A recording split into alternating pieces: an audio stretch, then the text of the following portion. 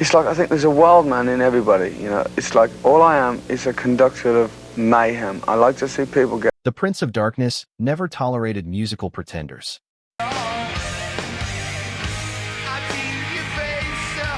For over 5 decades, Ozzy Osbourne has ruled the metal kingdom, not just with his haunting vocals and groundbreaking sound, but with a reputation for ruthless honesty about his peers. I mean, okay, take it for instance. They're putting every gig I do. Behind the bat-biting, the chaos, and the reality TV fame lies a man fiercely protective of what he believes to be true heavy metal. Today on StarLoop News, we're diving into the fiery rivalries and explosive grudges that reportedly earned some of rock's biggest names a spot on Ozzy Osbourne's blacklist. Let's start with Limp Bizkit.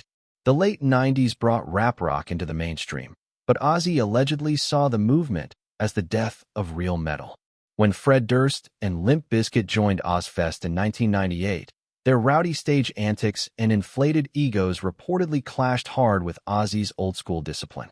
Witnesses say Ozzy was unimpressed, calling their performance rubbish and questioning, "Where's the actual music?" The tension only worsened when Durst mocked Ozzy in interviews, leading the Prince of Darkness to fire back years later, saying, "Some movements in music should stay buried where they belong." Next, Bon Jovi, the kings of polished glam rock. To Ozzy, they symbolized everything wrong with the commercialization of metal. While Bon Jovi topped the charts with catchy anthems and perfect hair, Ozzy was battling his demons and producing dark, raw albums that cut to the bone. He reportedly once said, "They're bloody dentists with guitars, all smiles and no soul." At a 1987 music festival, after watching Bon Jovi's choreographed set, Ozzy supposedly muttered, "This isn't rock, it's a West End musical." Then came Motley Crue, a feud forged in chaos. They toured together in 1984, creating some of the wildest stories in rock history. Outrageous, and Ozzy would top us, and then we would top him, and it was going back and forth throughout the tour, and that... But Ozzy allegedly saw through their theatrics, claiming they were playing at being bad boys while he lived it. The infamous ant-snorting stunt wasn't friendly competition. It was Ozzy's way of reminding them who the real madman was. When Motley Crue's sound later leaned toward glam, Ozzy was reportedly disgusted, calling it bloody ridiculous. And then there's Kiss. Their larger-than-life image and explosive stage shows helped define rock theatrics. But to Ozzy, it was all flash, no feeling.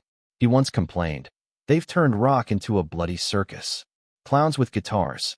When Gene Simmons suggested Ozzy should market himself better, Ozzy fired back, "I'm marketing music, not action figures."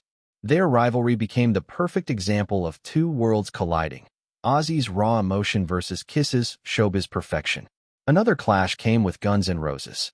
When they opened for Ozzy in 1988, Axl Rose's chronic lateness reportedly infuriated him.